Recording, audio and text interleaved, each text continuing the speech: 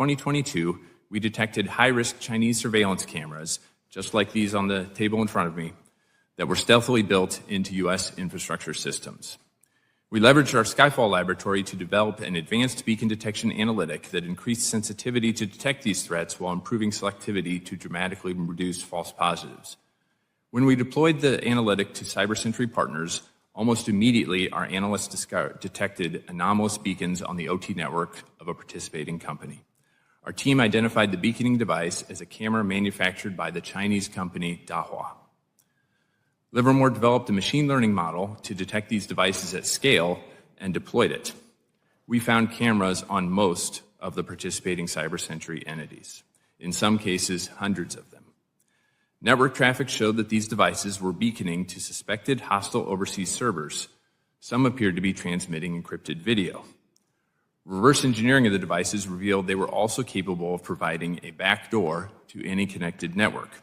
Notably, these devices were mostly sitting on OT networks, providing direct access to the physical processes.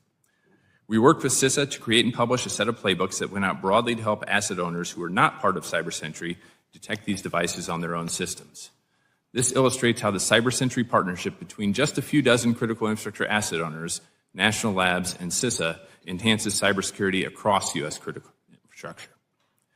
It's important to recognize detection represents just one aspect of defense against cyber threats to our infrastructure. The current threat picture demands a multi-layer approach. At Livermore, we use what we call the immune infrastructure framework.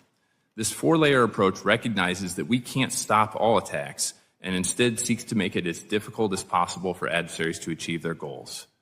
Layer 1 focuses on understanding critical infrastructure systems through modeling, simulation, and analysis. This essentially allows us to look at U.S. infrastructure through the eyes of our adversaries. Layer 2 attempts to keep the adversary out of our systems through supply chain assurance. Layer 3 focuses on detecting and responding to intrusions. We put significant focus on addressing the previously unseen over-the-horizon threats that China, Russia, and Iran are developing that could hold our systems at risk. In Layer 4, we engineer our systems to operate through compromise by using techniques like collaborative autonomy, which are designed to provide redundant, decentralized control of systems. While all 16 critical infrastructure sectors are important, we pay particular attention to energy, water, transportation, and communication because of their close connection to national security.